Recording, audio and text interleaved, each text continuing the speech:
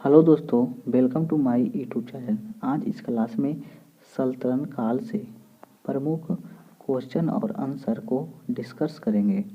तो शुरू करते हैं। कुतुबुद्दीन ऐबक दिल्ली का सुल्तान कब बना था? 1206 ईस्वी में। दिल्ली में गुलाब वंश का वास्तविक संस्थापक किसे माना जाता है? इल्तुतमिश को। चालीसा मंडल का गठन किस शासक ने किया था? इल्तुतमिश ने।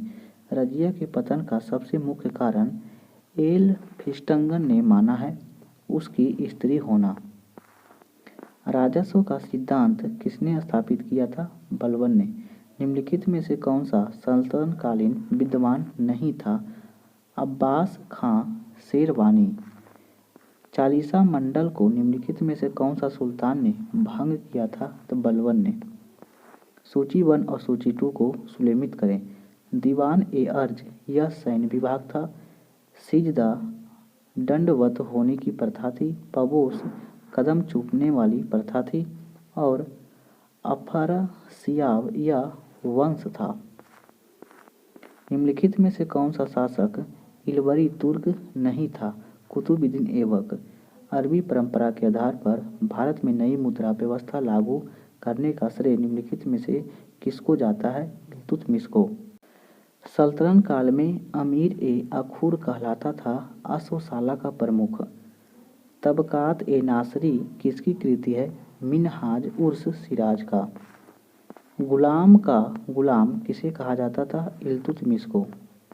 निम्नलिखित में से इल्तुतमिश के राजकला में सल्तनत की राजधानी दिल्ली थी।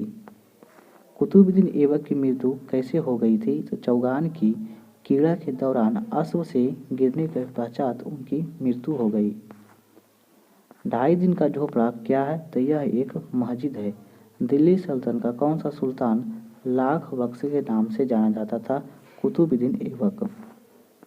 निम्नलिखित में से कौन मध्यकालीन भारत का प्रथम महिला शासक थी? रजिया सुल्तान। मंगोल आक्रमणकारी चंगेज खां भारत की उत्तर पश्चिम सीमा पर निम्न में से किसके शासनकाल में आया था? यह आया था इल्तुतमिश के शासनकाल में। दिल्ली का कौन सुल्तान मंगोल नेता चंगेज खां के समकालीन था? इल्तुतमिश। चंगेज खां का मूल नाम क्या था? तो तेमुचिन नाम था।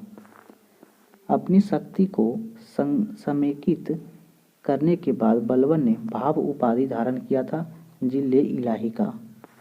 निम्नलिखित में से कौन सा कथन बलबन के बारे में संबंध नहीं है? उसने एकतादारी व्यवस्था का प्रारंभ किया था, यह गलत है। जबकि बलबन ने नियमित खुदाई का सिद्धांत प्रतिपादन किया था। तुर्कान ए चहलगानी का प्रभाव समाप्त कर दिया था। उसने बंगाल विद्रोह का दमन किया था। खिलजी वंश के संस्थापक कौन था? तो यह था जलाल-उल-दीन खिलजी। दिल्ली का पहला सुल्तान जिसने दक्षिण भारत में अनेक राज्यों पर विजय प्राप्त किया था अलाउद्दीन खिलजी ने। निम्न में से मुस्लिम बादशाहों में से किस एक ने मूल नियंत्रण पद्धति को पहली बार लागू किया था? अलाउद्दीन खिलजी ने। अलाउद्दीन के दक्षिण अभियान का सेना नायक कौन था? मलिक कफूर। राज्य द्वारा वेतन प्राप्त करने वाली सल्तनत की सबसे विशाल सेना की स्थापना का श्रेय दिया जाता है अलाउद्दीन खिलजी को। निम्नलिखित कथनों में से कौन सा कथन सत्य है? तो यह कथन सत्य है, ना तो ए और ना ही दो। दिल्ली सल्तनत का वह प्रथम शासक कौन था जिसने भू राजस्व निर्धारित के लिए जमीन की माप पैमाइश के आधार पर माना तथा महत्वपूर्ण वर्ग खूत और मुकदमम को भी भू राजस्व देने को कहा जिस तरह आम जनता देती थी? यह कहा गया था अलाउद्दीन खिलजी के द्वारा। धरी अथवा गृहकर लगाने वाला दिल्ली का प्रथम सुल्तान कौन था? अलाउद्दीन खिलजी। अलाउद्दीन खिलजी ने किस क्षेत्र में विजय के बाद उसका नाम बदलकर खिजराबाद रखा गया था? चित्तौड़ अभियान के बाद। दीवान ए रियासत का कार्य क्या था? व्यापारी वर्ग का नियंत्रण करना। अलाउद्दीन खिलजी के आक्रमण के समय देवगिरी के शासक रामचंद्र देव थे। निम्न में से किस सुल्तान ने बाजार सुधारण लागू किया था? अलाउद्दीन खिलजी ने। 1306 के बाद अलाउद्दीन खिलजी के समय में दिल्ली के सुल्तान और मंगोलों के बीच की सीमा क्या थी? सिंधु नदी। मोहम्मद बिन तुगलक गद्दी पर कब बैठा था? 1325 में। दिल्ली से दौलताबाद राजधानी परिवर्तन करने वाला शासक कौन था? मोहम्मद बिन तुगलक। फिरोज शाह तुगलक की आत्मकथा किस नाम से जानी जाती है? फतुहत-ए-फिरोज शाही। निम्नलिखित शासकों में से वह कौन था जिसके संबंध में सूफी संत निजामुद्दीन औलिया ने कहा है दिल्ली अभी दूर है? यह कहा गया था गयासुद्दीन तुगलक के बारे में। निम्नलिखित शासकों में से वह कौन था जिसने जैन आचार्य राजशेखर तथा जिन प्रभु सूरी के साथ वाद विवाद एवं उन विद्वानों को धन आदि भेंट करने का प्रमाण मिले हैं? मोहम्मद बिन तुगलक के बारे में। निम्नलिखित शासकों में से किसे मध्यकालीन भारत का कल्याणकारी निरंकुश सुल्तान कहा गया है? फिरोज शाह तुगलक को। निम्नलिखित में से किस नगर और किन नगरों का निर्माण फिरोज शाह तुगलक ने करवाया था? यह करवाया गया था फतेहाबाद और फिरोजाबाद, फैजाबाद और जैनपुर, हिसार, फिरोजा और फिरोजपुर। निम्नलिखित में से किसकी मृत्यु पर बदायूं ने कहा है कि सुल्तान को उसकी प्रजा से और प्रजा को उसकी सुल्तान से मुक्ति मिल गई है? मोहम्मद बिन तुगलक के बारे में। मंगोल आक्रमणकारी तैमूर ने किस सुल्तान के कार्यकाल में दिल्ली पर आक्रमण किया था? नसीरुद्दीन महमूद के कार्यकाल में। ब्राह्मणों से जजिया कर लेने वाला सुल्तान कौन था? फिरोज शाह तुगलक। इबान बतूता किसके शासनकाल में भारत आया था? मोहम्मद बिन तुगलक के शासनकाल में। होली त्योहार में सर्वाधिक सार्वजनिक उत्सव में भाग लेने वाला दिल्ली का प्रथम सुल्तान कौन था? मोहम्मद बिन तुगलक। मध्यकालीन राजाओं के संदर्भ में निम्नलिखित में से कौन सा कथन सत्य है? फिरोज तुगलक ने गुलामों का एक अलग विभाग स्थापित किया था। दिल्ली सल्तनत के तुगलक राजवंश का अंतिम शासक निम्नलिखित में से कौन था? नसीरुद्दीन महमूद। दिल्ली का जो सुल्तान भारत के नहरों के सबसे बड़े जाल का निर्माण करने के लिए प्रसिद्ध था वह कौन था? फिरोज शाह तुगलक। टोपरा तथा मेरठ के 2 अशोक स्तंभ लेख दिल्ली कौन लाया था? फिरोज शाह तुगलक ने। दीवान एकोही किस सुल्तान से संबंधित है? मोहम्मद बिन तुगलक से। भारत में सर्वप्रथम संकेतक मुद्रा का प्रचलन किसने किया था? मोहम्मद बिन तुगलक ने। सैयद वंश के संस्थापक कौन थे? खिज्र खां। तारिक-ए-मुबारक शाही किसकी जीवनी है? मुबारक शाह की। बहलोल लोदी ने किस सैयद वंश के शासक को अपदस्थ कर दिल्ली में लोदी वंश की स्थापना किया था? अलाउद्दीन शाह से। सिकंदर लोदी के संदर्भ में निम्न में से कौन सा कथन सत्य है? उन्होंने बहलोल लोदी द्वारा अपनाए गए अफगानी राजस्व सिद्धांत को त्याग कर स्वयं को सुल्तान घोषित किया। इसने निरंकुश राजतंत्र की अवधारणा को पुनः विकसित किया तथा अफगानों की स्वतंत्र और विरोधी प्रवृत्ति पर अंकुश लगाकर उसे नियंत्रित कर लिया। गुलरुखी उपनाम से कौन सा शासक फारसी में कविताएं लिखता था? सिकंदर लोदी। लज्जत-ए-सिकंदर शाही ग्रंथ किससे संबंधित है? संगीत से।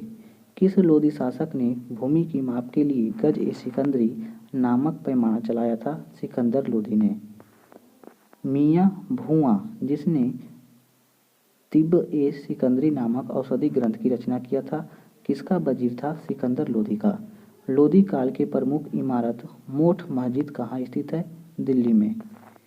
तैमूर ने दिल्ली से वापस जाते समय किसे लाहौर, मुल्तान और दीपालपुर का राज्यपाल बनाया था? खिज्र खां को। निम्नलिखित में से सल्तनत शासकों में से कौन सा अफगान मूल के थे? लोदी। निम्नलिखित में से कौन सा सुल्तान आगरा नगर को बसाया था? सिकंदर लोदी ने। महाराणा सांगा ने इब्राहिम लोदी को किस युद्ध में परास्त किया था? खतौली के युद्ध में। दिल्ली की राजगद्दी पर अफगान शासकों के शासन का निम्नलिखित में से कौन सा एक सही क्रम है? पहले बहलोल लोदी, सिकंदर लोदी और फिर इब्राहिम लोदी। तैमूर के आक्रमण के बाद भारत में किस वंश का राज स्थापित हुआ था? सैयद वंश का। विजयनगर के शासक कृष्णदेव राय का कृष्णदेव की कराधान व्यवस्था से संबंधित निम्नलिखित कथनों पर विचार कीजिए। भूमि की गुणवत्ता के आधार पर भू राजस्व की दर नियत होती थी। कारखानों में निजी स्वामी का औद्योगिक कर देते थे। तो इसका सही आंसर है 1 और 2 दोनों। जैनपुर नगर किसकी स्मृति में बसाया गया था? मोहम्मद जौना खां के नेतृत्व में। सरकी सुल्तानों के शासनकाल में निम्न स्थानों में से किस पूर्व की सिराज कहा जाता था? जौनपुर को। कश्मीर शासक जो कश्मीर का अकबर के नाम से जाना जाता था? जैन उल अबिदीन। सही युग्म सुलेमित नहीं है, चिन्हित करें। बाज बहादुर मालवा के, कुतुब शाह गोलकुंडा के, सुल्तान मुजफ्फर शाह गुजरात के, जबकि यूसुफ आदिल शाह अहमदनगर के नहीं थे। दक्षिण भारत का पोलीटगार कौन थे? यह था क्षेत्रीय प्रशासकीय सैन्य नियंत्रण अधिकारी।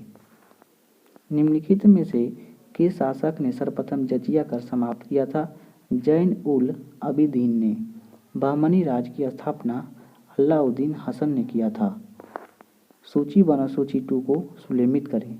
बरार इमाद शाही का था, बीजापुर आदिल शाही का, अहमदनगर निजाम शाही का, गोलकुंडा कुतुब शाही का। जैनपुर राज्य का अंतिम शासक कौन था? हुसैन शाह। अमुक्त माल्यद किस शासक की रचना है? कृष्णदेव राय की। किस संगम वंशीय राजा ने चीन में एक दूत मंडल भेजा था? बुक्का प्रथम ने। कृष्णदेव राय के किस नगर की स्थापना किया था? नागल्लापुर को। अब्दुल रज्जाक विजयनगर कब आया था? देवराय द्वितीय के राज्यकाल में।